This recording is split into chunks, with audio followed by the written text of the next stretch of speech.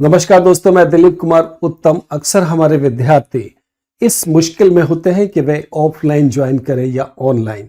आइए आज इस ऑनलाइन और ऑफलाइन के सिस्टम को हम समझते हैं कि एक विद्यार्थी को ऑनलाइन ज्वाइन करना चाहिए या ऑफलाइन ज्वाइन करना चाहिए। आज हर यूपीएससी का एक जो विद्यार्थी है या दूसरे अदर कॉम्पिटिटिव एग्जामिनेशंस के जो विद्यार्थी हैं, वे अक्सर एक ही सवाल पूछा करते हैं। सभी से पूछ रहे हैं और अपने शिक्षक को सभी पूछ रहे हैं, क्या सफलता का रास्ता अब ऑनलाइन से होकर जाता है? अक्सर उनके दिमाग में एक ऐसा एक कंसेप्ट गढ़ चुका है कि ऑनलाइन क्लास ही उनको बेहतर रिजल्ट दे सकती है, या फिर वही पुराना क्लासरूम ऑफलाइन जो एक भरोसेमंद है, क्या उनको बेहतर रास्ता दिखा सकता है।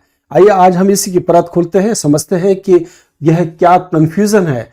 इस कंफ्यूजन को हमको समझने के लिए देखना होगा कि टेक्नोलॉजी की पावर क्या है। हम देख पा रहे हैं स्क्रीन पर किस प्रकार स्टूडेंट्स को कंफ्यूजन है। कोरोना के बाद पूरी दुनिया बदल गई। टेक्नोलॉजी ने शिक्षा को हमारे कमरे तक ला दिया, लेकिन क्या यही सुविधा, इसका मतलब है क्या सफलता? क्या टेक्नोलॉजी जो हमारे कमरे तक पहुंच गई ऑनलाइन जिसको हम कहते हैं, क्या वह सफलता का एक राज है? लेकिन यही एक सवाल लाखों विद्यार्थियों को आज परेशान कर रहा है। उस परेशानी को आज हम डिकोड करते हैं। अब हम देखेंगे एक शिक्षक के नजरिए से, शिक्षक क्या कहते हैं इसको। हम शिक्षकों के लिए यह एक बहुत बड़ा सवाल है, यह नया सवाल नहीं है। हर साल नए छात्र यही पूछते हैं कि सर ऑनलाइन क्लास लूं या ऑफलाइन ज्वाइन करूं, और हर बार जवाब हमारा बदलता नहीं। हम अक्सर यह कहते हैं कि निर्णय माध्यम का नहीं, ऑनलाइन या ऑफलाइन का नहीं, निर्णय है आपके मन का, आपकी इच्छा शक्ति का। आप कितना उस पर डिटर्मिनेशन है अपने उद्देश्य के लिए, उस पर ध्यान दें। ऑनलाइन और ऑफलाइन को भी हमको बेहतर जरूर हमको एक एनालिसिस करना चाहिए, बावजूद इसके कि बच्चों का मन, एक इच्छा शक्ति उनकी बेहतर हो।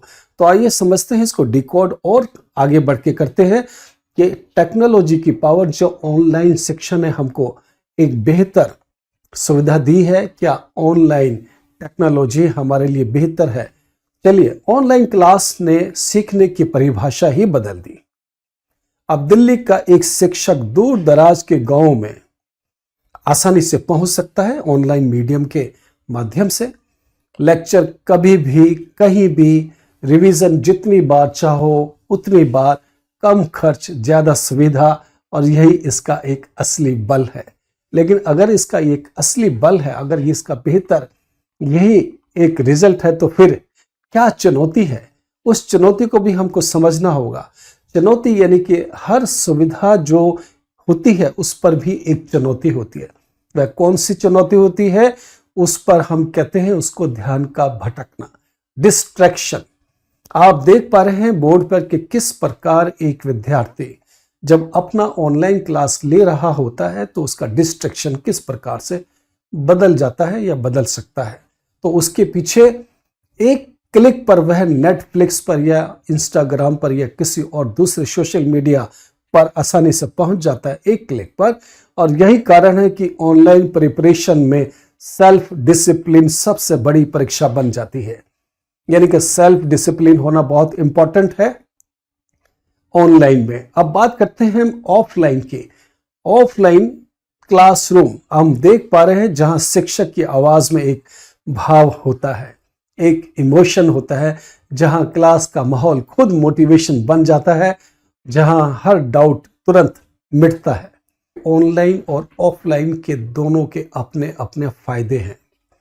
फैसला इस पर निर्भर करता है कि कौन है वह और उसकी परिस्थितियां क्या हैं जो ऑनलाइन या ऑफलाइन ऑप्ट करने जा रहा है।